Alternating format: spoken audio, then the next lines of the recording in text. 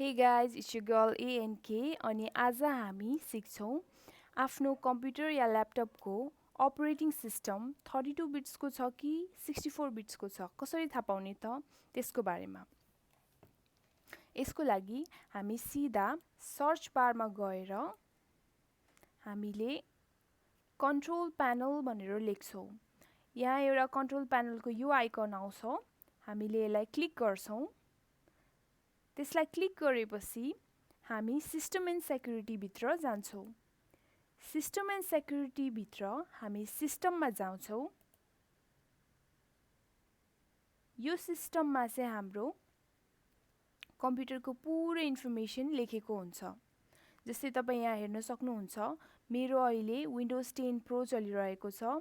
सिस्टमको तल मेरो प्रोसेसर चाहिँ इन्टेल कोर i5 रहेछ। त्यस्तै गरेर मेरो र्यामको मेमोरी चाहिँ 4 GB छ।